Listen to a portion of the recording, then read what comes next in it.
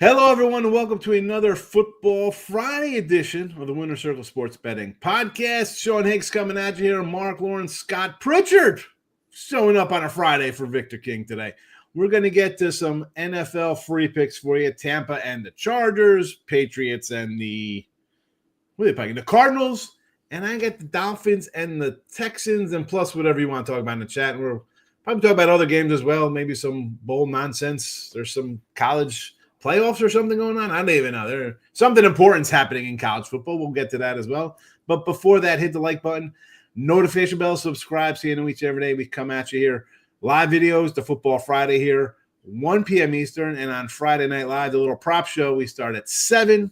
If you like some player props, that's kind of do that on a Monday night if you're interested in that. If you want to come in and share your props, or if you want to come in and bash us, the comment section is open.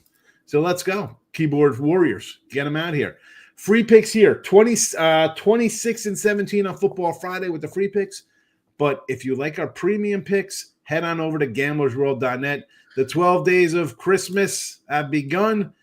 We had the 3 for 4 or 4 for 3. Now we have I think it's 10 or 15% off is up for today. Every day a new deal for you at gamblersWORLD.net. Get all of our premium stuff. There's a leaderboard. Okay, you don't want the 12 days of Christmas deal? 3 738 packages guaranteed. We show you a profit or we credit you back, and that time is repurchased. You can buy a daily pass, $69.99, which comes in handy when there's 5 bowl games on a day or 10 NFL games, and we have multiple packages up. Make the smart money move, people. It's real simple to do. GamblersWorld.net for all of the premium action. Now, Mark's with us, but Marc, I'm going to go with Scott first because I just met him off stage about 3 minutes ago, so I know he's been with Chipper. But welcome to the Football Friday. Glad to have you with us. We were just talking a little bit about the contest we were in over at the Circa and stuff like that. And I was the low man out of us two, and Paul Bovey was actually in that as well. A good little cast of characters here on the Gamblers World site of contest picks are different, but at least we're represented and we're kind of known that we win some games here. New face for some people, but you've been in the game a minute, Scott. How are you? Well, I'm great. I'm happy to be here, Sean and Marc. I love you guys. Love the show. Keep up the good work. Whatever you guys are doing, it's working. But yeah, to your point regarding the Circa Invitational, second consecutive year I've been in it. I placed in the money last year, took 3rd place. But it's a dog-eat-dog cutthroat contest, no doubt about it. Having a lot of fun in the Golden Nugget contest again this year. I took 6th a year ago. Right now, my friends, 4 weeks to go. I'm in 2nd place by myself. 1st place pays $60,000. 2nd place pays $30,000 to make it holla, and they give cash back to the top 20. And as you may or may not know, it's all point spreads, no totals. And I tend to lean on totals, but yeah, I'll take what they give me. But the Circa Invitational, it's a great contest. 25 of the world's best going head to head. It's a real challenge, believe me. Marc, you know how that is. Yeah, I do. Unfortunately, we talked a little bit off the air about the Circa contest, and I had a real bad, unfortunate situation happen to me 2 or 3 weeks ago when I was unable to get my selection plays in on a Friday. We had a family emergency, and I was at the hospital all day. So hence, I kind of boxed myself out. 1 week later, I had a terrible week, and as I sit here and speak with you guys today, I'm on the sidelines on the outside looking in at the Circa contest. That's how much things can swing in the course of 2 weeks when you're in contests like this. I think people think that it's like easy, like, oh, I could easily pick a game. Well, it's not one game, it's 7. It's Saturday total in college and NFL.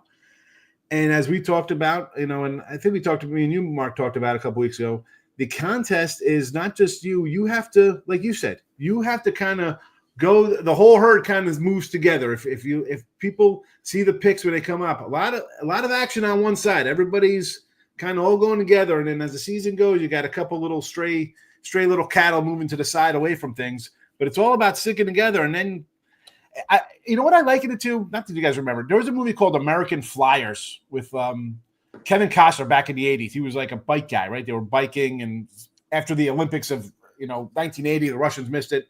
And it was like they're all together, but somebody makes a move, and then the pack has to say, okay, this is the time. And that's what I feel like a contest is like.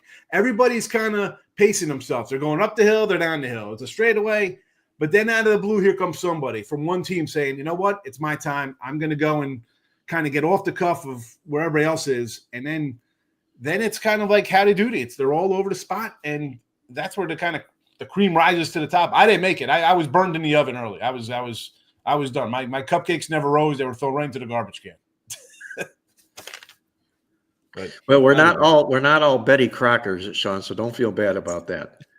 I felt bad because I was like, oh, my first time in there. But I told him, I said, I'm pretty good at NFL and college football. Contest, I feel I got a tote. I feel like telling my kids, like, oh yeah, here I got 40,000 for you, and I'll give them a shirt with a tote with like 15 shirts from the Hilton and a couple Circa hats in it. You said you had 40,000. Well, that's what. Yeah, the shirts are $1,000 a pop. There you go. You got 15 years worth of them in here, and a bunch of hats and 2 entries from this contest. And here's the Will Hill from Last Man Standing, whatever. Yeah, here you go. These are all my souvenirs. You got a koozie, you got a hat, you got a couple T-shirts. There you go. I got a great wardrobe. It's ferocious, but it's not silk. It's a bunch of cotton T-shirts that are cost me at the time $1,500 a pop back in the Hilton days. Oh man, good stories though. I love it. It is what it is. It is what it is. But let's we'll jump into some NFL for week. I mean, are we kidding? We're in week 15 already, guys. This is a fast season. Everybody's excited for NFL in April, right? Like, oh my goodness, I can't wait. And now it's playoff time, it's bowl time, and we have a month of football left. Basically, it's horrible, month and a half.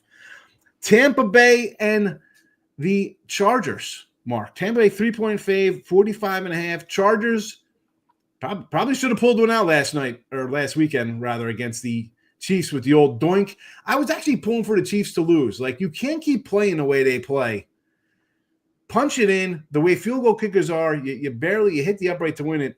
Tough loss there. Tampa Bay just kind of wins games. No one gives them any respect. It's got your old quarterback there, old Cleveland Brown guy leading the show. Evans is back. The offense is pretty decent. Are they worthy of this spot here? Little 3-point doggy. What do you think of them here against the Chargers? Well, you mentioned Kansas City and all these close call games they've been in. In fact, 17 of the last 20 games have been one-score games by the Chiefs. And as handicappers, that's getting a little old for us, because there's people out there that want to bet the Chiefs and snap a rubber band and can't. And there's those of us that want to fade them as pretty decisive favorites and enjoy doing so.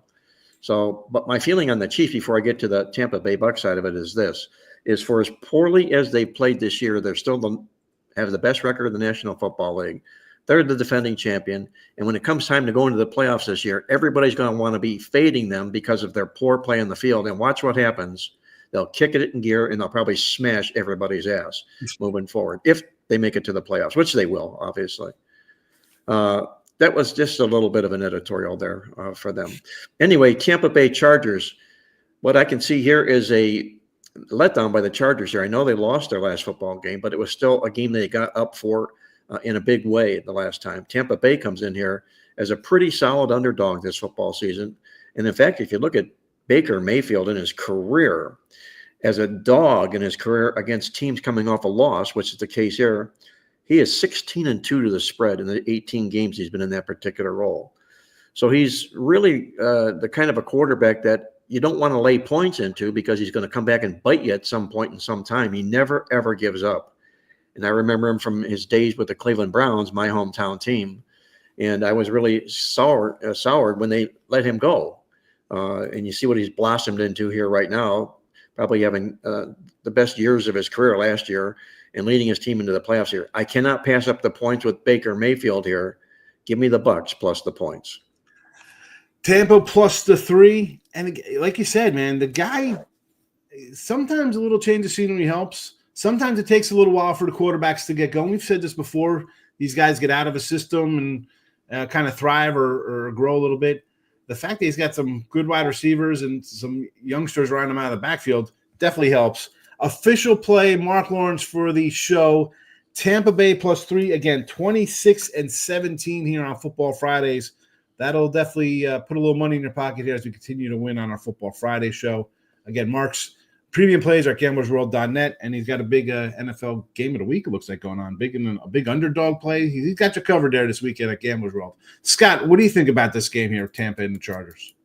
Well, I think the Tampa Bay Buccaneers have come on like a house on fire. I mean, we all kind of felt that the Atlanta Falcons were going to run away with the division. They have 4 All-Pros on defense, the Falcons, at a very favorable schedule. But when your quarterback is Kirk Cousins, you can always expect the worst. The guy is incompetent at an entirely new level, and the Falcons have just faded big time, while Tampa Bay has come on like a house on fire. Looking at the Chargers, I respect Harbaugh. I respect the quarterback Herbert. I respect their defense. But I'm telling you, this team, people lie, numbers don't. And the fact is, the Chargers have been blessed with a very, very favorable schedule. Now, you line them up, they knock them down. They are obviously going to make the playoffs, but they're going to be on the road as a wild card team, which means they have to win not 1, not 2, but 3 times the lady road games before they even get to Louisiana for the Super Bowl. So the Chargers in this contest, I mean, I tend to be, points mean more than opinion. So when in doubt, I take the points. I tend to like Tampa Bay plus the points. 2.5, 3 points is a bit happy. Chargers getting too much respect. And to Mark's point, he's sharp, he's smart, he's been doing this for decades, like myself. When Mark speaks, I listen. My money personally, Tampa Bay plus the points. See the cashier. Hey, Sean, I love the Chris Berman reference. Not 1, 2, 3 times a lady. I love that, how you weave that right in there, because I love music and I love when people do that. That was a nice job. And yeah, I was thinking it was a Lionel Richie reference. I've never heard Chris Berman say that, but I wonder who he got it from. Well, yeah, I'm just referring to Chris Berman in general. You know, everything they talk come about. On, you didn't know he used to always put the nicknames in on guys. Yep. Yes, I get that. I didn't know that specific reference. Yes. Okay. Yeah. Yes. I love Chris Berman, of course. Maybe that's where I got all this goofiness. Well, no, I'm kind of agree with you. Like, I throw little crazy references out there just because that's what you saw growing up in the 80s and 90s. I saw, like late 80s, early 90s, watching the Sports Center highlights. He'd come in there, Kirby, Union Puckett Gap, and all types of burpee home by Levins, and the Natron bomb out of the Natron means for the Chargers here. Yeah, I like Eric sleeping with the enemy. I remember that. Yes. Oh, I mean, there's just so many. You got to know your audience. Your audience are young guys who were into funny stuff. Come on, we were immature children. I still am, according to my wife. You mentioned Cousins and Atlanta, and you're right. Everybody was all over these guys. You look at the Tampa squad. They've won 3 in a row. They hit the little lump in the beginning or the middle of the season. Who did they play, though? Are they really bad for losing to Baltimore? Baltimore's a pretty good team. You could put the Atlanta loss in there as a bad one, 31-26. That was an ugly game, but you were missing your wide receivers. You start missing. That kind of hurts. Then you lose to Kansas City in that overtime Monday night game, and then you came back and lost on a blocked field goal against San Fran on the road, where you were still a 6-point home dog with San Fran coming off a bye week. I mean, I'm not high on San Fran this year, but there's no shame in losing to Kansas City, San Fran, and Baltimore. If you told any team they're losing to those 3 guys 3 times in 4 weeks, and you had a division rival in between there, yeah, you very well could go 1-3 or 0-4. Or, you'd be happy to win 2 games. That's no shame in them. This is a good team. People overlook them. They overlook it. I don't understand it. I like what you say. I think the reason I felt the division was over with, gentlemen, was because when you have 4 teams in a favorable weak non-division schedule division and or conference, and the fact that the Falcons they swept Tampa Bay not once, not twice. So not only do they have the inside track, they own the tiebreaker. But again, when you start losing, and to your point, Tampa Bay just keeps on keeping on. That's why right now Tampa Bay is about a 2-1 favorite to win the division. I get it. I'm not buying into it. I'm not buying into the hype. I think Atlanta is going to come out of nowhere and still steal this division. And at plus $1.80, I see some value because of the tiebreaker. Yeah, exactly. Go ahead, Mark. I agree with that. At plus $1.80, that is value to the Atlanta Falcons, who are, in my mind, the better football team, but the better quarterback is with Tampa. Obviously, when you compare the two, Kirk Cousins and Baker Mayfield today for the way they play. But I agree with Scott. I think it's a really good value for Atlanta to steal that division. And again, I mentioned Tampa's schedule, and it would be wrong of me not to mention the Atlanta schedule. They're in Vegas right now. Their fourth road game in 5 games. I mean, that's, again, you put a team, and they've lost the first 4 of these 5 games. So it's not good. But you got the Giants at home, should be a winnable game. At Washington, that's going to be a tough one. Like, Washington's still alive for a playoff spot. And then they wrap up with Carolina, which should be a win, but Bryce Young and these guys, they put a little fight up the last couple of weeks. And I'm a Cousins backer, I believe it or not. I thought Cousins injured. He's old. I get it. It'll take him a while to get into the flow of things. That Charger loss, when he went in through those 4 picks, I was kind of heavy on Atlanta that game. I'm like, are you kidding me? You were off a bye week. They were off back-to-back prime games, wins, short week, and they got Kansas City on deck, and you lay an egg like that? Like, that just kind of – I was like, I'm done with Atlanta. And then they go and get crushed in Denver afterwards. Or no, Minnesota gets them again. Terrible. I think the Falcons this week, respectfully, I think they have a bye because they're playing the Raiders, albeit the big game. I love going to the Raider games. I love cashing tickets, seeing the cashier betting against Antonio Pierce and the overhyped, overrated, overvalued Raiders. But I think personally I'm a little bit biased because in the Survivor contest I had 10 entries. Last year 11-0, but this year I was out after 2 weeks. Are you kidding me? And it was the Raiders overcoming a 10-point deficit on the road against the Ravens in week 2 that knocked me out. So I cannot be objective. I do not like the Raiders. I love going to their games. I love betting against them. And I haven't made too many friends sitting in the Raider section at the 50 on the second level, but I have a good time. You know, doesn't that, Scott, go to the point in the Survivor contests and King of the Hill type contests where the golden rule number 1 is to avoid the largest favorite each week? Because when the favorite loses, a lot of the pool gets swept out. And I've seen it happen time and time again. So it's really, really difficult to bypass Baltimore against Vegas when there's not a whole lot more to play. But what's your opinion on that, Scott, about avoiding the biggest favorite in Survivor or King of the Hill type contests?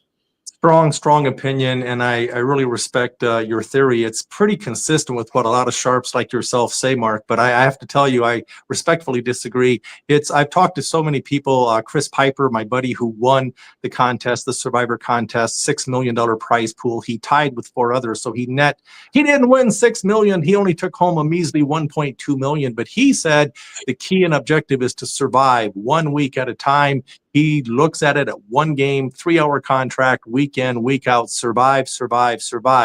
He went with 1 entry. The very next year, my friend, he came in with 10 and he was out after week 4. Ooh. But last year, I can talk about last year was the first year I did it. And I was so happy because after I was 11-0, looking good, feeling good. And I had sandbagged 5 top Rockstar 5-star super teams. I felt objectively I could go 16-0, but the Washington Commanders had 6 turnovers against the Giants.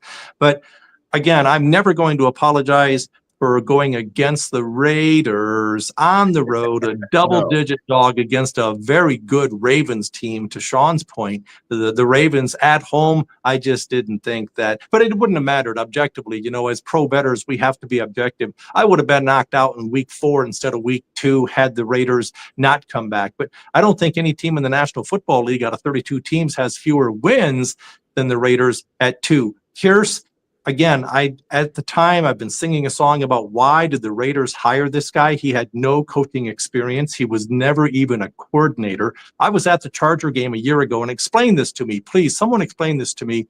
The Raiders set a record. They scored like 100 points. I think the final score on a Thursday night a year and a half ago was 63-21. But in the third quarter, Pierce, totally out of his league as a coach, he comes up with a trick play and it works, but you're running up the score against a division rival. And for what? Even if you make the playoffs as an outside chance, you've already shown that play in a meaningless game where you're already up by 40 points. When your best player, Devontae Adams, does not want to go to practice, and your best defensive player, Crosby, does not want to go to practice, and Adams then ultimately says, I want out. I see what's going on. I want out.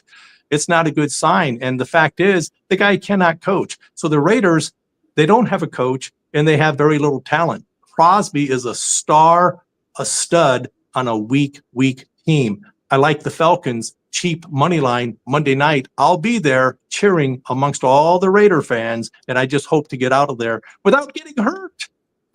That's a great point, Scott, about you talking about the Raiders and the way Pierce ran it up in the football game.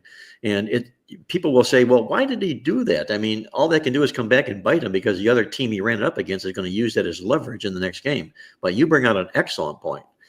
He didn't just do that. He showed plays out of his arsenal that didn't need to be exposed to be shown. And that's the biggest mistake he made in the football game. And that comes, I think, obviously from inexperience from a coaching level. Well, payback is a B, and we saw it this year. Game 1, the Chargers got the last laugh at home. They stuck it to the Raiders. And in that game, he made a bonehead play by not going for it on 4th and 1 inside the Charger 50-yard line. So he zigs when he should zag, and he zags when he should zig. Bert, listen, that was the best thing that could have happened, him running it up, because the Chargers finally decided to move on from their head coach. Because that guy was, I mean, we talk about Pierce being bad. That guy was terrible. In the end, yes. So that was good that they were down 63-7 and he threw an 80-yard touchdown pass. I mean, I had to go look it up. I'm like, I remember that game. That's how they were up 63-7 after well, they had fumble recovery and a pick six that ran it up a little bit. It was 63-7 before the Chargers got on the board there. In the fourth I'm quarter. looking at, to me, I think Staley, the guy that you're referencing, the guy who got fired for the Chargers, to me, he's just a poor man's version of Dan Campbell. The difference is Staley, when he would go for it on 4th and 5, he would not get it. Campbell, the gunslinger, the riverboat gambler, he consistently makes bonehead, bad, high risk, low reward plays. And I've said before on radio TV 2 weeks ago, Campbell could get tossed into the sewer and he would come out the other end with his pants pressed. But he was the MVP of the Niners championship game a year ago. The Lions, with all the talent that they have, they were up double digits against the Niners to go to the Super Bowl, and Dan Campbell struck with his low percentage gambling antics. You know, he might be a good coach because the players love him and they play hard for him, but he would never make it as a gambler in Vegas. No, he wouldn't. And great point once again you bring out between the difference between Staley and him. And I think the primary difference is while they both make bonehead plays or bonehead calls, Staley's are at least backed by analytics. Whether you like them or you don't, they're at least backed by analytics. Campbell's are backed by his gut. And right now he's got a gut ache right now. All about it. He'll make a call based on a feeling, but I'm convinced that feeling that he's experiencing is gas. It could well be bad gas. Yes. It's paying, like you said, though. It's got him where it's going to come back and bite him in the ass eventually, though. It almost got him the other night there. People were like, what are we doing here? Right there, we're at 4th one, they're on like 17 or something. They go for it in the tie game. Like, I get it. And I don't even hate that, because if you can't get half a yard, you shouldn't be winning the game anyway. If you can't get half a yard with 6'3" quarterbacks just falling forward, I don't care if I bet on you, if I bet against you. Any team should be able to get it on 4th and a half a yard. So I don't care if they go for it on their own 47 or the other team's 37. You should be able to get that. That's not a gamble to me when you're a grown man. I can't get 3 feet. But I've seen too many examples where I'm with you there, okay? Because that's kind of borderline, even though I say, hey, man, you've got 40 seconds to go in the game. The opposition doesn't have a timeout. Kick the field goal. Worst case scenario, if your defense can't hold them from going 80 yards in 30 seconds, then you should have won anyway. Exactly. But make a stop defense. I don't want to hear like you can't.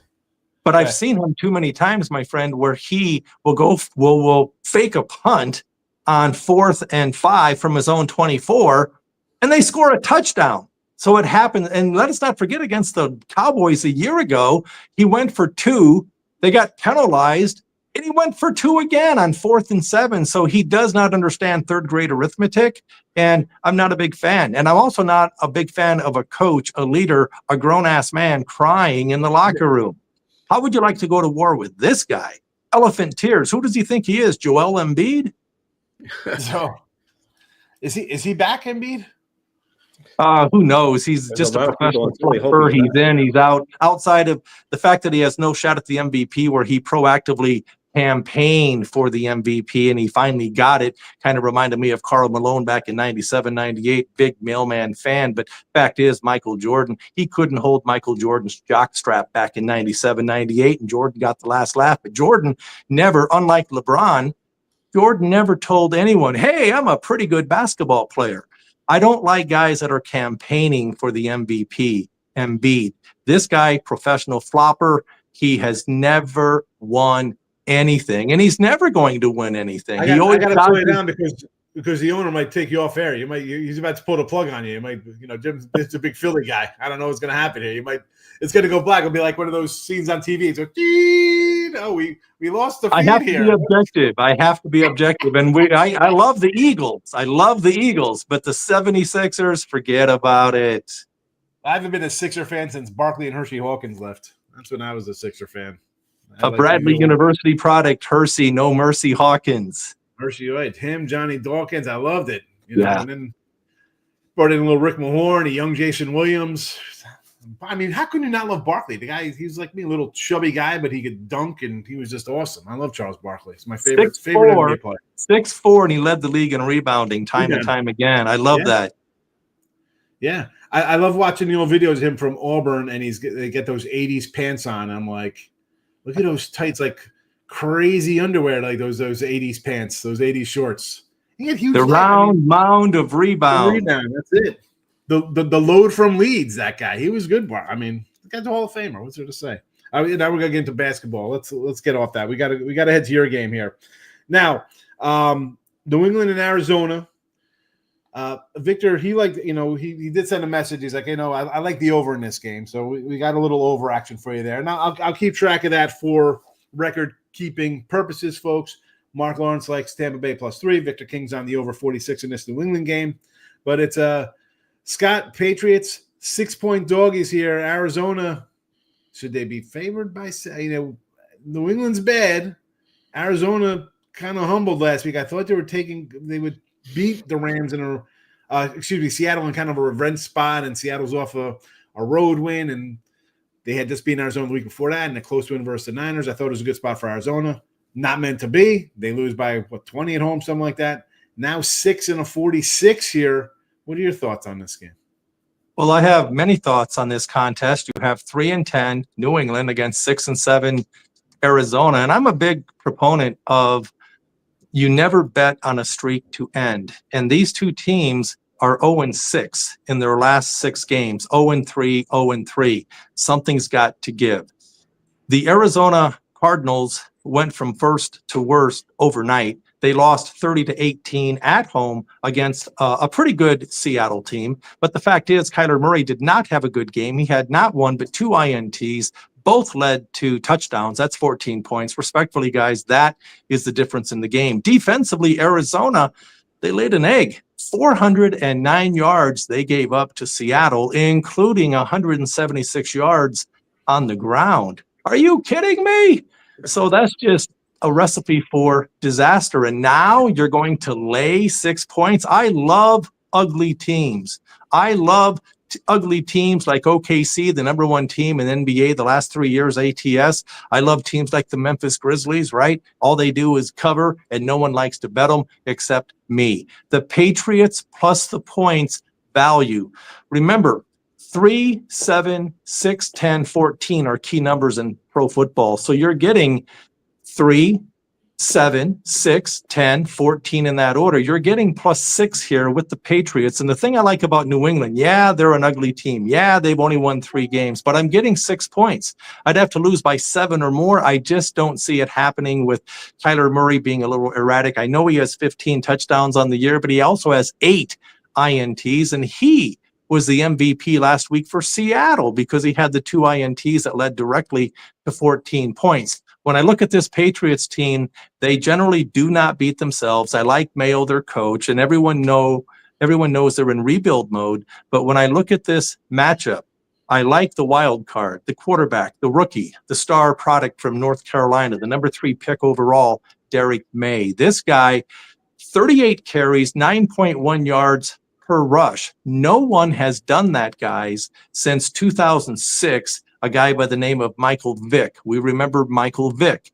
That guy averaged 8.5 yards per rushing attempt. And forget the fact that May can run. This guy has ascended rapidly in record time. He also has averaged 220 yards he's passed for at least 220 yards per game the last 3 contests. I like the Patriots plus the 6. See the cashier. Patriots plus 6. Scott Pritchard, official pick. First Football Friday pick for Scott. And he's taking a dog. I know Mark's going to probably agree with that one. I couldn't agree more with what Scott just said. The old hold your nose play? Well, yeah, it's get the clothespin out time. Yes. And the bigger the better. The bigger they are, the big ugly dogs, the better they are. Now, this may not be a big dog, but they are, for all intents and purposes, rather ugly. But the whole key here, as Scott mentions, is who are you beating? Who's laying points here? It's Arizona, who's in a free fall. Scott says they're 6-7. They were 6-3, or 6-4, I should say, before they went in this 3-game losing slide. It's not a football team that you think you can lay points with and suddenly turn it around and play a good football game. I don't think so. I think Scott's surely on the right side of this game. And also, he mentioned the Murray picks, but just the offense in general the last couple of weeks for them, 18, 22, 6. They're not really humming along. And again, you're going to come here and hand me a touchdown versus a young guy who's going to, play's going to break down. This is what makes them the dangerous part here. You mentioned his rushing yardage. That's why they're going to be in it, because when you're not a good team, the play breaks down, and what? This kid's going to be off to the races for 33 yards on a carry and a scamper? Take the 6 points. Yeah, I like it. I'm with you on that. So New England plus 6, official for Scott Pritchard. Tampa Bay plus 3, official for Marc Lawrence. Again, these are our free picks. Head to gamblersworld.net. Sean, can I jump in here real quick before you get there? Ahead. Okay, I got to ask Scott this, being in Vegas there. What I know they have props and head-to-head quarterback props. Is there a quarterback prop in most rushing yards between Kyler Murray and Drake May in this football game? Do you know that? You know what? I love betting props, even though I'm handcuffed and I'm limited at just about everywhere that I go. They tend to really let you bet the props on a Sunday night game and or a Monday night game, but on a random Sunday afternoon game, you're going to be hard pressed to find that. But I know exactly where you're going because you're sharp and you're smart. I'm like you, Mark. I'm always looking for an unfair advantage, and you're onto something there. I just don't think they're going to post it. I understand. Or is that, Mark, are you talking at a head-to-head prop versus each other, or just rushing prop? Murray's the guy that's known as being the scrambling running quarterback, and Scott brings out excellent point about Drake May and how he's running the football, passing well, but running the football incredibly well. And I just think if he dogged up to Murray in rushing yards in this football game, I'd certainly find a nice side in that football matchup. Yeah, I agree with you. It would be great if we could find it. I just think we would be hard-pressed to find it. But, yeah, if you can find it, bet it.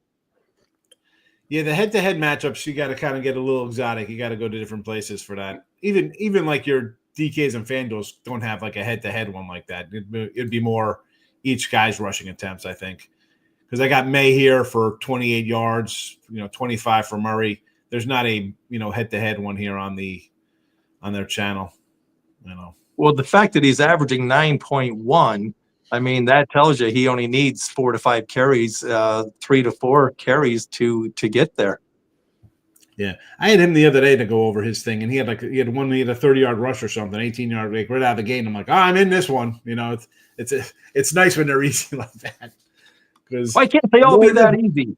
Yeah, because I know people are probably kicking themselves last time. Like, hey, I'm taking a Samuel over 4.5 receptions. He had 3 in the first half and nothing. 5 passes. It's funny you say that because I went to the Super Bowl last year as my 7th Super Bowl, and what I can do, Chip Chirimbus can do better because he's been to 20-some Super Bowls. But I went to the game that He was at the he was at the game in 1896 when they invented the football. He was there. He's got longevity. He's got longevity on his side. He's like LeBron. He's played more and had more opportunities than any other player when it comes to these records. But one of my big the first Heisman trophy. Yes, I remember. Yeah. That's great. One of my big prop bets for the Super Bowl last year, guys, was Kelsey under 73 receiving yards, because I knew Shanahan and the Niners would do anything and everything to take the one receiver out of the game, especially defensively, number one against the pass. And I was feeling great. 2 yards at halftime. But as you know, the game went overtime and he got there. The over got there. But man, I just mailed it in. I stepped up and bet it like a big dog, and felt like a little puppy after the game, because again, 2 yards at halftime, and he ended up with 94 more in the second half. I hate it when that happens. Yeah, he probably had 88 on the final on the drive that won the game. He that's when just turned into Mahomes throwing to him every single down. Well, I handicapped the game for 4 quarters, not 5. But yeah, that came back to bite me. That's the worst. That's the worst going to overtime. Nothing ever happens good in overtime when you bet. It's always, you got the dog, they lose by, it doesn't cover, and you got the favorite, they don't cover. Freaking overtimes. The only thing you can do, as I tell my followers, guys, is if you like, because how many times does it happen? You bet the under, you win by 20 in a basketball game, and yet they play an extra period and it falls 21 and you lose by a point, even though you led the entire game. I will bet the first half under, because even I cannot find a way to lose a first half under by going overtime in the first half. Yeah, you're risking the game to play 5 quarters by doing that. Right. Yep. All right, we're going to move on to the final game of the show. Miami and the Texans. Texans a 3-point favorite here. Total of 46.5. And I was thinking about doing an over in this one, because since Tua's been back, the offense for Miami has been flowing along. You got 32 points, 17 against Green Bay, but he still threw for 350 yards. So they were down a little half. He still was throwing the ball well. 34, 23, 27. The points are there. The offense is kind of getting into form. This is what they kind of expected when Tua is healthy, him go out here putting points on the board. But then I look at the Houston team, and believe it or not, they put up crooked kind of numbers, but this team is essentially a 23-20 team. They're winning games or they're losing games. In their last 10 games, they have 3 23-20 games. Plus, you have a 24-20 game and a 24-22 game. So I'm going to say, you know what? 3-6-1 to the under. I'm going to move away from you. I'm going to just take the points with Miami. Keep it simple, stupid for me. I got a team scoring 27 points a game. I got another team that gives up like 24 points a game. I don't think Houston's all that great. And I think Miami's actually kind of pushing in the right direction. Maybe they have an outside shot at the playoffs, getting a wild card. I'm going to take a little +3 here with Miami. I'm not a Stroud guy. Last year, everything. Here comes the pomp and circumstance. Everybody's going to be on Houston this year. Well, you got a first-place schedule. You're playing some better teams. You got a whole year of your defense on tape, you on tape. Your offensive line's kind of flowing a little bit together. You're still banged up with your receivers. Miami on the other side is coming, getting their help together. I'm going to take +3 for me. Marc Lawrence, what do you say? I'm on the +3 with you in this football game as well, Sean. What I like here is the Miami Dolphins right now. And I got all these numbers I put in the newsletter this week about the team's chances to make the playoffs at this particular point. And I got those from the New York Times. And they put together a terrific article. And it's a database that you can access virtually online. You can click on each team to find out what their playoff chances are calculated at and what they are. If they win this game, they lose this game. If they win the next 2, yada, yada, yada. You look at Miami coming into this game, they have a 17% chance to make the playoffs right now. They're on the outside looking in. But if they win this football game, that vaults up to 32%. They're going to keep moving up the ladder here is Miami. Houston's pretty comfortable right now where they're at. And I think this is a much, much hungrier dog here in the Dolphins. And I like the fact also that Tua really plays well in games when coming off a win, which is a momentum building type thing for him. So I'm with you, Sean. I'm on the Miami Dolphins. Definitely a little momentum. Nice overtime win there. A touchdown to boot. So if you had a 5.5, you're a winner. If you had a 6.5 like me, you're a loser. If you had a 6, hey, push. You didn't lose, folks. So that's always good. But Scott, thoughts on this one? Well, I like everything that you guys have said, but I'm going to defer on the point spread. The line opened 2.5. It's pretty much 2.5 everywhere. There is a +3, -20 at a couple of different places. So obviously, if you like the dog, it would behoove you to, even though you're laying double the juice, there is some value there. Usually, if you go from 2.5 to 3, you have to lay 35 cents. In this case, you're laying 20 cents. So I understand the value there. 18% of all pro football games are decided by that key 3 number. So I'm with you. But I want to back up to your opening comment that you tend to like the over, and that's where I see value in this contest. You know, first of all, the Houston Texans, to your point, they have been blessed with a schedule that outside the division, yeah, it's a first place schedule, but let us not forget they get a bye every other week playing Tennessee and Jacksonville. So their division, they're playing Little Sisters of Mary every other weekend because of their division. And yeah, they're going to be a 4 seed in the playoffs, so they're going to be guaranteed a home field game in the first round of the playoffs. But then, good luck going to Pittsburgh or Baltimore or KC or Buffalo. Good luck and goodbye. I think there's no chance of Tua winning MVP, but I'm telling you, look at this team, what they did or didn't do without Tua. They were the worst in football. They looked like it. They played like it. And then he comes back and the defense is improved. And to my knowledge, Tua doesn't play defense, but they are a different team. They are world beaters. To Mark's point, they are world beaters now with Tua being back.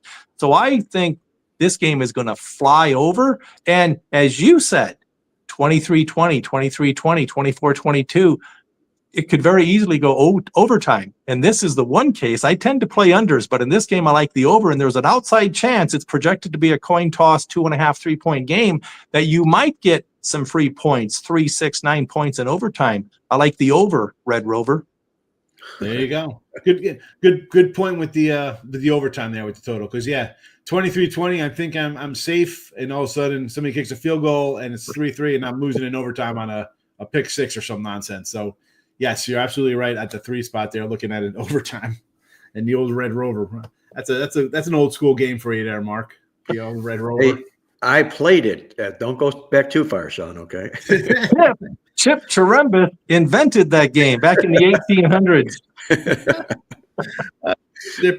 I'm ready for him on Monday. I got a little joke to make for him on Monday, but I don't want to say now if he watches. Who am I kidding? He's not watching. So it's gonna be like a Cracker Barrel joke that he overslept because he's like, oh man, I overslept for the show. So Matt Fargo said he was full from the gravy on the biscuits and gravy at Cracker Barrel. You know, the old man sitting on a little rocking chair having his gravy biscuits and his dumplings. Poor Chipper. I love this day in sports because you think it'd be like, oh, in 1986 and 2000. I mean, go back 20, 30 years. No. In 1911, you know, Mr.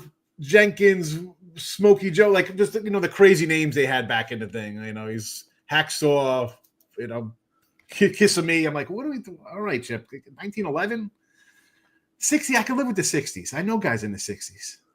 They love it. People comment on the old school stuff, so I appreciate it. All right. I only make fun of. I love Chip, as we all do. I only make fun of the people that I know, love, and trust. And with that in mind, I've never made fun of my ex-wife. Did you write jokes for Rodney Dangerfield, Scott? I'm thinking about it. Now that Rodney Dangerfield was pretty funny. Yes, he was a pretty. The funny no guy. respect guy. Yes, right. I just saw Back to School came up on Amazon Prime. You ever see Back to School with him?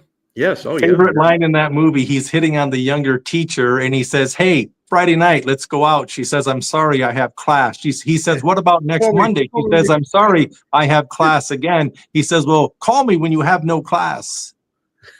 Yeah. So they're busting out a lot of those clips for Bill Belichick now in North Carolina, where he's like sitting in the hot tub with all the young girls. He's like, hey, it's Belichick on campus. What is that about? I loved him as a coach. I love him even more now. I want to be like Bill when I grow up. Why go to North Carolina? What am I missing here? You really got to get your son a job. The guy, is he that bad? His son is that bad of a coach he can't get a job on his own? that you got to have a contract that your son gets the job after you? You'd have to ask LeBron James with Bronny. Yeah, a little bit of nepotism running around there. Yes.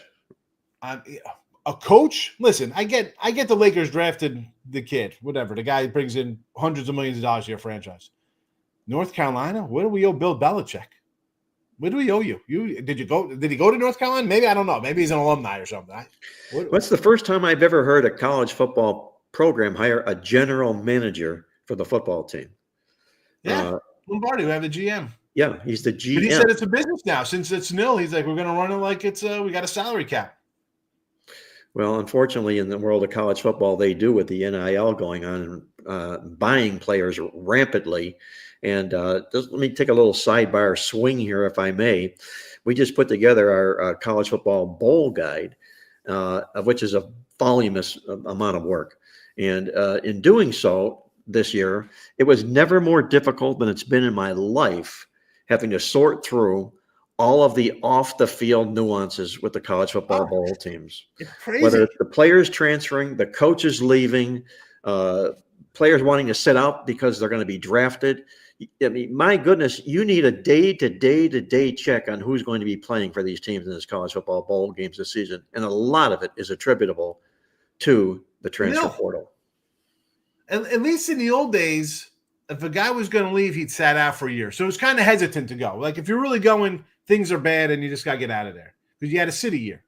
Now it's forget about it. You're not going just because you're not playing. You're going because you're playing, but you're getting more money somewhere else, which I don't hate. A lot of these guys aren't going to be NFL players or CFL players. So I understand, but forget about the handicapping part of it, just as a fan of a team, or if you want to watch the sport, it's tough sledding. Like I swore I wasn't going to bet a lot of games early. Yeah. With tonight's Montana State game, I have 3, 4, 5, 6, 7, 8, 9, 10, 11, 12, 13, 14, 15 games, 15 bowl games bet already. So I'm not the only one. But listen, I got Army at 9.5. It's 16 now. It's unbelievable. It's just unbelievable. Poor Coastal Carolina, they're, for all intents and purposes, hosting a bowl game right there in their home city. And 9-point dogs. And their top 2 quarterbacks are gone. I took them. Shouldn't the NCAA step in and say you cannot transfer until the college football bowl games are over? Wouldn't that be kind of a simple fix to all this garbage? But then they'd say the same thing about the coaching changes, Mark. Like, when are you going to, the coaches, Marshall, no head coach. North Carolina, well, now they got Belichick. But Ohio, Sam Houston, UNLV, West Virginia. You fire a coach, the players are going to follow the coaches sometimes. Or if the coach leaves, whether he's getting fired or going somewhere else, some of these players follow their guys. I mean, Indiana's a prime example. How many guys? There's always another way to skin a cat. And if they did just what I mentioned, it wouldn't matter, because if the player couldn't officially sign with a new college football program, he just flat out wouldn't play in the bowl game. That's all. He would be absent nonetheless. I understand you're a top 10 pick. You want to sit out. You're in. Like so I took Miami in the Pop-Tart Bowl at a pick 'em. I'm like, you know what? If Cam Ward, he came out and said he was going to play, I'm like, it's a pick. I said, you know what? Even if he plays a half, he's going to put up some points. Maybe I have a shot there. If he plays the whole game, now the line's moved, right? The Miami line's now, where's it at? Up to 4. So I feel all right with that, and I think maybe he plays the whole game. It's just frustrating. I get it. You're a top 10 pick. You want to sit out, don't get hurt. You're in a garbage bowl game. Now you get the playoffs. They want to expand it, and yet still some players are going to maybe not want to play, because now it's going to be 2 and 3 games in the playoffs, not just one bowl game for the Rose Bowl or whatever the case may be back in the day when it was a big bowl. I don't know. It like you said, it's a weird thing, because you want to see the kids get paid. It's they should get something for their efforts. The schools are making. I mean, Rutgers is getting. When Rutgers went to Big Ten, I'm like, oh my God, look at this, $20 million a year for Rutgers. It's great for them. It's good for the schools. But the guys, what do the kids get out of it? Nothing. Wasn't it enough when they were getting a college football scholarship to sign and then make their money? Yeah, make their I get it. But how many of those guys? Let's be honest. A lot of the kids don't amount to anything, because you're taking the old basket weaving 101, and the fact that you can't have your own jersey, like that's the kind of stupid stuff. Like, I love that. I remember listening to Mike and Golf was like, I couldn't go on a recruiting trip with my son and have a bagel with cream cheese. The cream cheese was illegal. I had to have a plain bagel, like no butter. Like cream cheese, you go out to breakfast, you can't have cream cheese on your bagel because that's a recruiting violation. But don't say the parquet is okay. Like that's just crazy, Mark. So the bagel was okay, the cream cheese was not, is what you're saying. You couldn't have cream cheese on a bagel. It was like an added expense. Ridiculous. Like what are we doing here? That's I can't have like the Michigan guys. I couldn't have my own I couldn't wear my own jersey. I couldn't buy it because it would be some kind of violation because I don't have $75 to buy it. But yet you're selling my Chris Webber jersey at the Michigan school store. And I think that should be I think that should be a universal law. I don't think any grown man should wear another grown man's name on the back of his back. I know I won't do it. But that's me. Yeah. Safe to say I don't have any jerseys. Unless it says Pritchard in the back of it, right? But, now that I'm okay with. Yes, I understand. Patrick Eversman. Patrick, right? Yes. You know Patrick? Yeah. The old covers guy, right? Yeah. I was with him. We were in he was in Jersey when we started getting sports betting here. So he came over. I had a fan cave over at Bally's. I love the fan cave Bally's. And he bought me a cover shirt, and it's got minus the 110 on the back of it. People are like, "Who's 110?" Because it's kind of like that teal cover. It looks like a Miami Dolphin jersey. Somebody's like, "Who's 110 on the Dolphins?" I'm like, "This is covers, and 110 is." Then you had to explain the odds to people because people didn't know because it was new. So unless you were a degenerate, no one knew what minus 110 was back in. I would ask him if he had any plus 105 jerseys. Is what I would have done. Yeah, but, you had bought up, Scott, the minus 120 buying. And right, 110 used to be the standard, and I know like some shops now have like a 105, like Southwood kind of does. But the old days it was 110 standard across the board. Now I don't even think that. Like I think the more 120, 125 is a standard. Like you see on some of these lines, like +3 was like maybe plus 125 back in the day. Now it's moved to now it's like plus 105, and Fez is always like, oh, you can't lay that like. How I don't understand, like the 120 is such a common kind of number now. Like that's basically the par for the course across the board, 115, 120, right? I mean, let's be honest. That's you go on sites, that is the normal. You pull up these FanDuels and DraftKings, there's never Sean, it's because the FanDuels and the DraftKings of the world are raping their customers. I understand that, but that is all these people know. They're not gonna go offshore, and they're not going down to the bar and seeing Andy and be like, yeah, send me up with a number to call in. Hi, this is 426. What do you got for me today? No one's, they don't understand that life of getting a number. Like as a pro bettor, it's challenging enough to beat minus 110. You have to be right 11 times out of 21 to break even. You're flipping a coin, and you have to be right 52.4% of the time to break even. That's to break even. So the sports books, they only have to be right 47.6% of the time in a coin toss proposition. But I respectfully will not ever lay 15 or 20 cents on something that I can proactively get minus 110 for. And if you lay 120, if you're dealing with a 40-cent line, you are a square, you are a sucker, and you have no chance of winning. Yeah, you're who the sports books are looking for, is what you are. Yeah, exactly right. But you don't have a choice, though, Scott. That's the point of it. Is like, well, then there's always another game that you can find with a better price, a chance to win. Actually, yeah, but listen. I'm in a state where I got a $399 VPN I got to use to try to find a better number. You know what I'm saying? I mean, the average person is not doing that. They're going to go to, BetUS or 365, and even those things. I mean, they're just, hey, we could bump it up because everybody else is doing it. It's like going to the store. And, the dollar menu's gone. It's a $3 menu now. So McDonald's, Burger King, everybody's doing it's not $1. It's all $3. It's tough finding 110s. Well, I'm going to tell you guys, I'm going to just roll out a little bit of a teaser secret here, and we'll talk about this when it happens. But I'm partnered with a guy who has wrote a patent, and the patent's going to revolutionize sports wagering. And what it's going to ultimately end up doing is it's going to allow people to go bet in what you would call a mall. And in the mall, you'll be able to have DraftKings, FanDuel, Bet365, everybody. And you'll be able to order up the best price on the game you want to bet. One from here, one from there, one from here, one from there. And when that happens, it's going to revolutionize sports wagering. They have some sites that have listed games like that where you could see them all, what the lines are. But the problem is, depending on where you live, you're not having access to those lines. Well, can you wager them all from just one click? Oh, well, that's the key. You just log into one account and then you're logged into 8 other accounts. Right. I teach, train, and explain to my followers to have as many outs, as many options as humanly possible. You may not know it to look at me, but I love buffets. I like options. And to your point regarding that, places are now my language. More and more places are going to -15 and -120.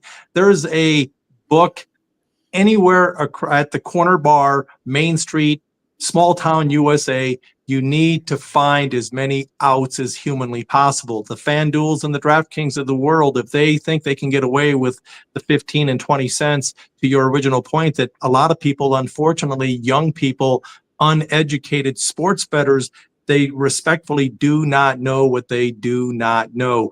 Shopping, closing line value, critically important. Laying 10 cents, 5 cents, fine. But 15, 20 cents on square numbers, you can't win. Cannot win. Nope. Listen, even like my PPH, I'm looking at a couple right now, and there's some 110s both ways. Some are 115s to even. You got couple 120s out here, but it all depends on some games. Like here, the Jets game is -125 to take back +105. The Bengals are a flat 110 either way. But it depends on the number. If it's a universal square number and they're doing that, but if they're moving the number, if it's 7 everywhere and they're moving it to 6.5 and they shade it one way or the other, that's fine. That's simple math. But when you're talking about a 2.5 point number, it should be -110 each and everywhere. And if some place is offering -1/4 or -20, I mean, just take the dog, take the plus, and see the cashier. So here's a good example of that. One of my offshore joints has a Jets -3.5 at even, and the other one has the Jets 3 for 125. So you get the 3.5 at even, or you can take the other side of -120, or you go. And that's fine. In fact, mathematically, it might be the same thing. So in that case, that's totally different. I'm talking about square numbers where the juice is not -110, like a pick -110. If they're laying 120 on either side, you can't win. Yep. No. Yep. And like I said, the average person, they're happy to have DK and FanDuel and ESPN Bet, and they don't care because you log into those and it's like, hey, look, what's the first thing you pop up? I pull up. I was just on the DK, and the first thing comes up, same game parlay tonight, same game parlay here. My son, he just turned 18. Him and his boys, they always say, like prize money, like, I need this. I'm like, bro, you're not. I'm going to kick you out of the house. You're not doing that crap in here. I said, go make a tent, go live in the woods next to the house. You can come use the bathroom. I said, don't get out of here with that nonsense. Like I said, I'm your dad. You hear me doing shows talking about best way to go 4-1, putting a 5-team parlay in. Why are you doing these crazy? But that's how they lure these kids in with this stuff. It's like going there. It's all prop buys, parlay, 3-team, 4-team. Look, they give you one, they give you sign up, you get like 10 credits or whatever. It's like, whatever, it's $5. I'm like, that's great, Dan. That's wonderful. So, you bet 1 to win 25. How hard could it be? Yeah, it looks so easy. Yeah. The first one lost. You went 14-1. You lost the first leg of it. There you go. 14-1 and lost money. I said, that's a way to go through life, being 14-1 and being a loser. Well, right? Guys, the guy that I just told you about that wrote this patent, okay, he ran a major offshore sports book. And he told me that all the money they made there, and they made hand fists full of money, came from the people that bet teasers and parlays. Parlays, yeah. That was all their profit, teasers and parlays. That just speaks for itself. Yeah. Well, you wonder why they chase out guys who come in and want to drop dimes or big money on sides and totals. They don't want that. They are, especially like some college basketball total. They're not like you're gonna be shut down in a day after you hit that on a Friday night in the AA MAC. They're like, oh, who's this guy? Oh my goodness, he has inside information. This guy's betting a college basketball total. It's all parlays and teasers. That's all they push on, and player props. And I can understand the player props because I know a cat and he's like, I don't even like sides and totals now. It's all he's a prop guy and a lot of unders and stuff, which I get. We have to change, right? The game's obviously change left to right. We're talking about can't find the 110s anywhere. So you got to kind of evolve. It's the only way you're going to keep eating and surviving. It is it's a tough one though, man. I feel like they're forcing my hand. I don't want to be, nobody's forcing me to do anything. You know, I mean, my wife, man, even then it's tough. At least I get this, you know, get a little fun from my wife for forcing me to do something. But come on, you make me do this, jump through hoops, folks. Stop it. Or jump through hoops. If you have an out, one time, and they're laying minus 20 cents on either side, or even 15 cents on either side, I'm going to tell you, I'll leave our viewers with this. The best way to win a rigged game, you don't play. There you go. That's really, really good words of advice. You don't play. And at minus 120, you don't play.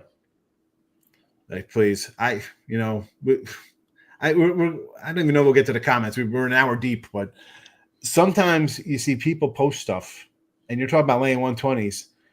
You get people come in here. I'm going to buy. It's a 16 teaser. I'm buying 13 points, and they think it's smart. Like, look at this. I'm stealing money from the books. Look at this, plus 13. No one had this. Yeah, no one had it because they're not insane. Because they're the insane asylum people are running on the streets. They're not betting 13-point teasers. So yes, nobody does have that. You know what I'm saying? But people do that. It's kind of like the guys are like, oh, it's like every game in a money line here. It's, well, who can lose? What can go wrong? Okay, what can go wrong? Well, there's a difference between playing to win and playing for action. And people, when I tell people, why are you playing parlays? And they say, well, I like to invest a little to win a lot. But mathematically, it's a fool's game. It's a sucker's game. And I'm reminded of a big-time bookmaker in Chicago years ago telling me back in the day when he was only open for an hour a day. And Yes. People would call him. One guy in particular, he told me, called him at 11:30 at night. The bookie's in bed with his wife. And he says, listen, I got to get down for Sunday's action tomorrow. And the bookie said, dude, you know, I'm only open an hour during the course of the day. Why are you calling me at 11:30 at night? And the player who wants to bet says, I want to bet a 5-team parlay. I've got to get down. And the bookie says, parlay? Hold on. Let me grab my pen. That's exactly right. I mean, seriously. Yep. And really, on Sundays, the man was open. I was on the East Coast. Noon, maybe you get there. I mean, we were bad. You know, I'm 20 years old. We're calling 11:30, hoping he's there early. You know, get the lines, call back. You know, yeah, right. I mean, come on. It's like, what time are you gonna be there? 12. You show you're calling 11:30, hoping somebody picks up that 718 number. Yeah. What are all the lines? Write them all down. And then you had to get slick because if you like the fave, you automatically say the team you liked. So then it was kind of like we got to say, wait, let's just always ask for the favorite. So let's always ask for the dogs. You know, it took us a while to figure it out. You know, because they're like, oh, he's asking for the dog to shade the numbers. Then you have to go the opposite way. But yeah, like they were open for an hour. That was it. An hour before the game. And the 4 o'clock games, forget it. It was 3:30 to 4. That was it. It was over. There was no calling at halftime. There was no night game. Then it was the if bet. Well, if it wins, then give me the if. Give me the if on the night game. Right? Maybe if you had a real dedicated guy who had a big outfit and had a lot of action, maybe you got like Tuesday NBA. But normally you wouldn't be getting anything during the week. It was like Monday, maybe Thursday college football back in the day before the NFL went there. You'd have that crazy whack game on ESPN at 10 o'clock. Yeah, people, you know, these young guys come in here. Oh, I'm on my phone. I can do it all the time. Man, you have no idea. Wait, CNN headline news, looking for the ticker. You got a Pac-12 team. It goes to commercial, then it resets to like the NHL. You got to go through the entire football schedule again. You SOBs, you spoiled brats. You're a bunch of spoiled brats today. You have no idea what the horrors we had to live through. And that was in the 90s. Yeah, you're bringing back some great. We're not even going back in the 70s and 80s.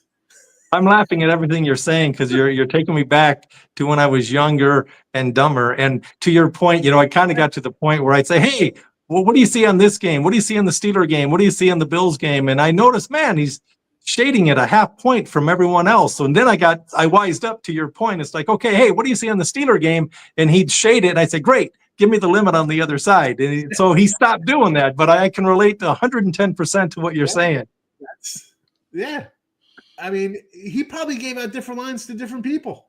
Sure. You never talked to people. I didn't know who was calling my guy. You know, I had no idea. Probably had 2 different lines, literally. And not, you know, when I was young, guys, I used to help a bookmaker out. He had his writer, but when his writer couldn't make it, I would sit in and answer the phones. And this is the phones before the internet.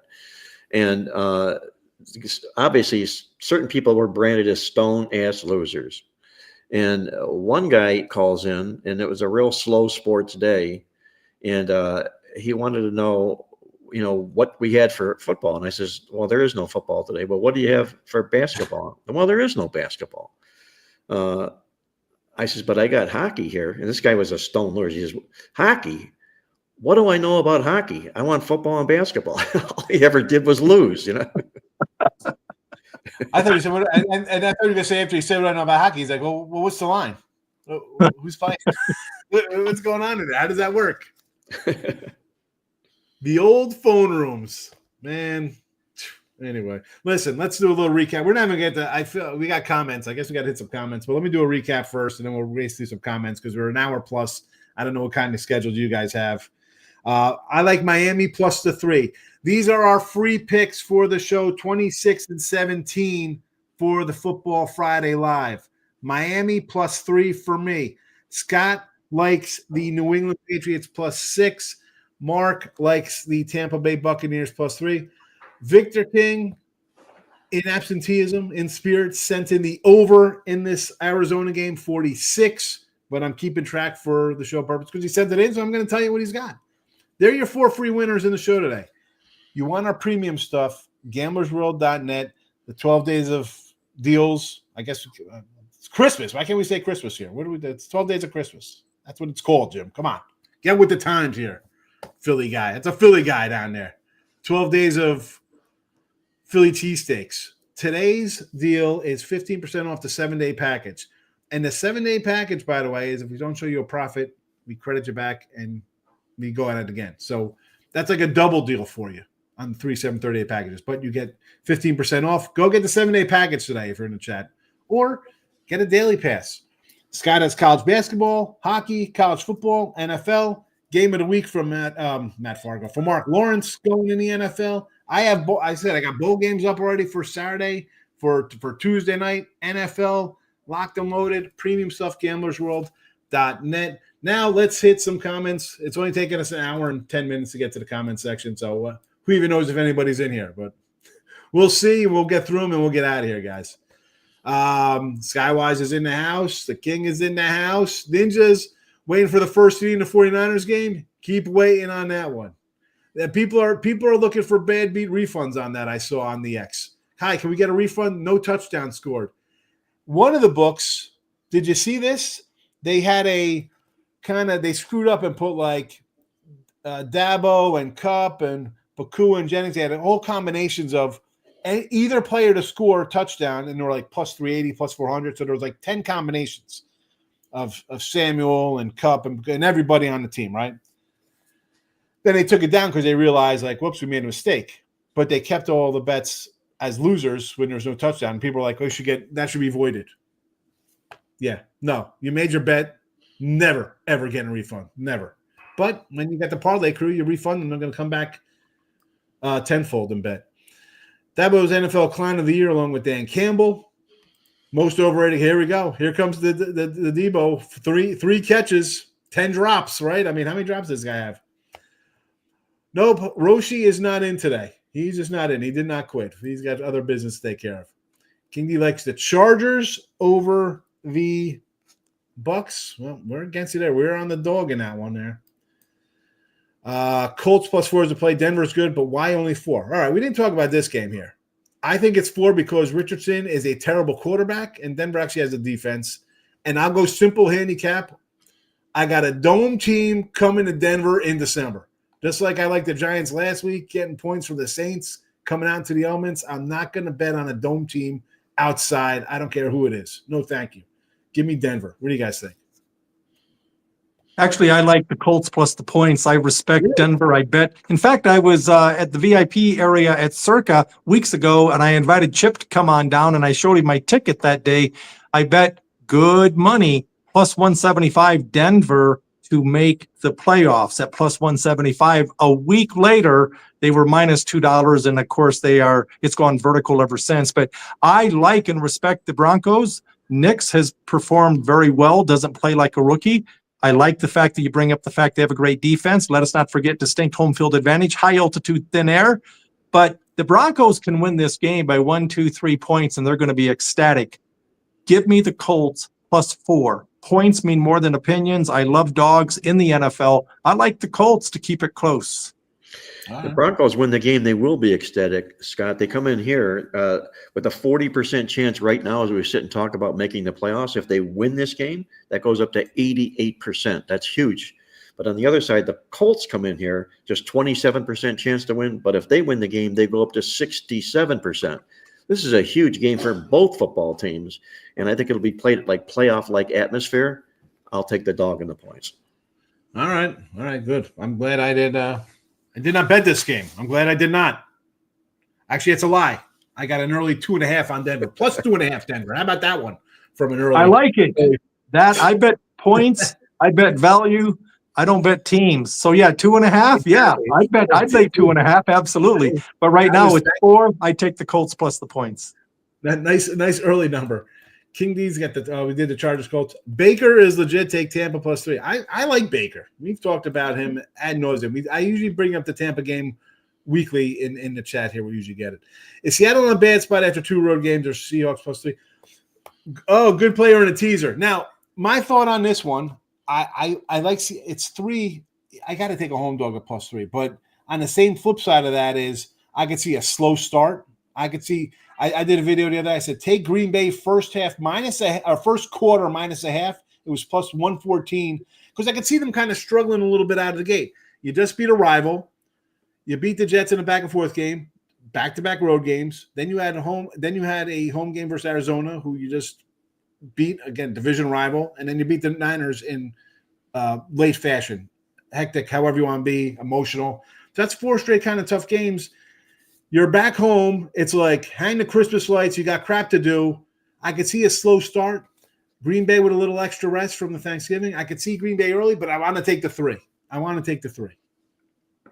I'm going to play this game, I would be on the home team dog. Seattle, right. They're playing for the division, especially now with the Rams coming out of nowhere.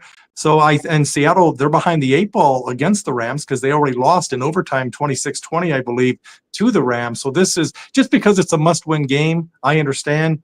Doesn't mean that they're going to win. But I'm with you on this. I think the Seattle Seahawks at home +3, there's value there.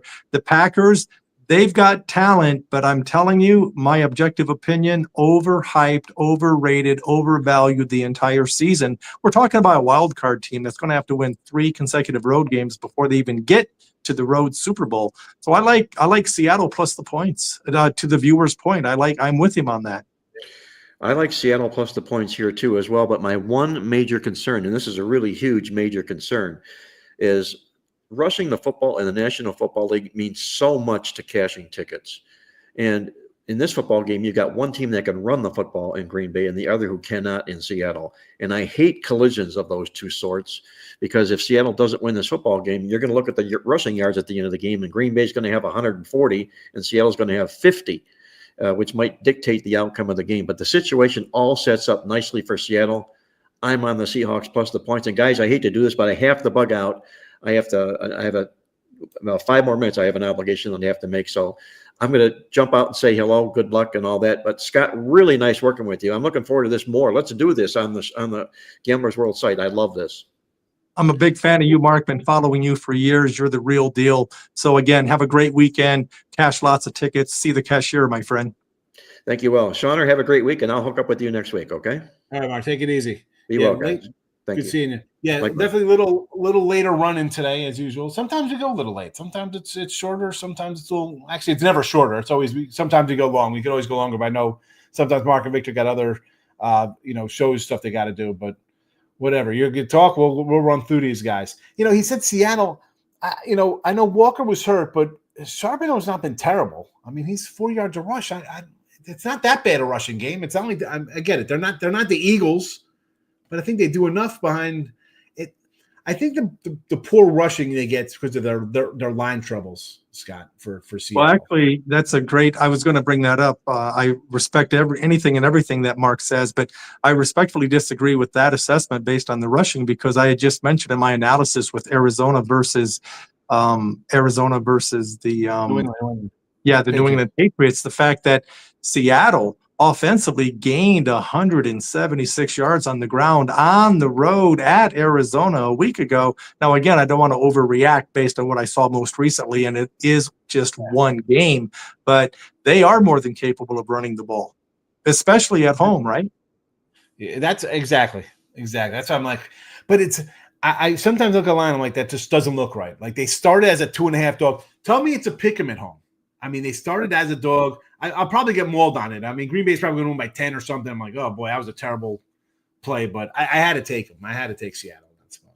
No, I think there's value there. And anytime you're getting a home team dog in a must-win game, I mean, again, they played well. They've been a very streaky team. They started out 3-0, and then they lost 4 or 5, and then they won like 4 or 5 in a row. And now again, going on the road to beat Arizona, that's a big win. I think the division might come down to the last game of the year. SoFi Stadium, love that stadium. The Rams hosting Seattle. Rams have the inside track, you might think, because they already went to Seattle, Sean, and they won in overtime 26-20. Yeah, they did. Let's we're gonna race through these and then we'll wrap this up in like 5 minutes here and we'll get out of here. It's Friday the 13th, of course. Don't get killed here. Anthony Richardson, player prop, passing attempts. Yeah, I know he's a Colts guy. He says they got to run the ball. I think it'll probably be an under anyway because it's outside. They're not gonna have him throw the ball. Montana State's playing tonight. Yes, it is. I like the I forgot who I have in this game here. What do I got? You have Montana State. I heard you say earlier, and I'm with you because, I mean, again, you're laying a big fat number, but been a big move on this game. All the wise guys, all the sharps, if that means anything, just use it as information. It's a good FTM, follow the money, have an idea what the line open at, where it's at, and more importantly, where is it likely to go. If you can beat closing line value, if you can beat the closing number, doesn't mean you're going to win, but long term, you should win. Short term, anything's possible. And for the numbers like that, I tell people, in my NFL year, I think I'm 66 and 69, and that's with like early kind of numbers. Like you'd think it would be a lot better. It is what it is. Sometimes they're good. It's not a guaranteed win. It's not a guaranteed win. But, all right, I'm getting the wrap up sign here from the stage. So I know we have a lot of comments, and I apologize to everybody in the chat, but we are gone extra long today. So we are going to put a bow on this for Christmas. Sorry, everybody, for that, but we got other videos we have to do, apparently. So Scott has the New England Patriots +6, Victor King over 46 New England Patriots, Miami Dolphins +3 for me, Marc Lawrence +3 Tampa Bay. Free picks here, premiums at the gamblersworld.net website. First time for Scott here on the show. Appreciate you coming in. Good job. We'll definitely have you back. I mean, of course we are now because you go an hour and 20 minutes, so we know there's a lot to talk about. So. But, I'm on every Thursday with Chip and the boys, so it's really nice to join you, Sean. I'm a big fan of you and all that you do. You've been in the game for a long time, like myself, like Mark. So, hey, it was an honor and a privilege to be with you today. Thanks for having me, my friend. Oh, anytime. And you'll definitely be back. So we'll talk more when we get out of here. But everybody else, have a good weekend. Good luck. Back Monday, live 7 p.m. for the Player Prop Show. If you're interested, hit the like button, notification bell. Good luck. Bye-bye.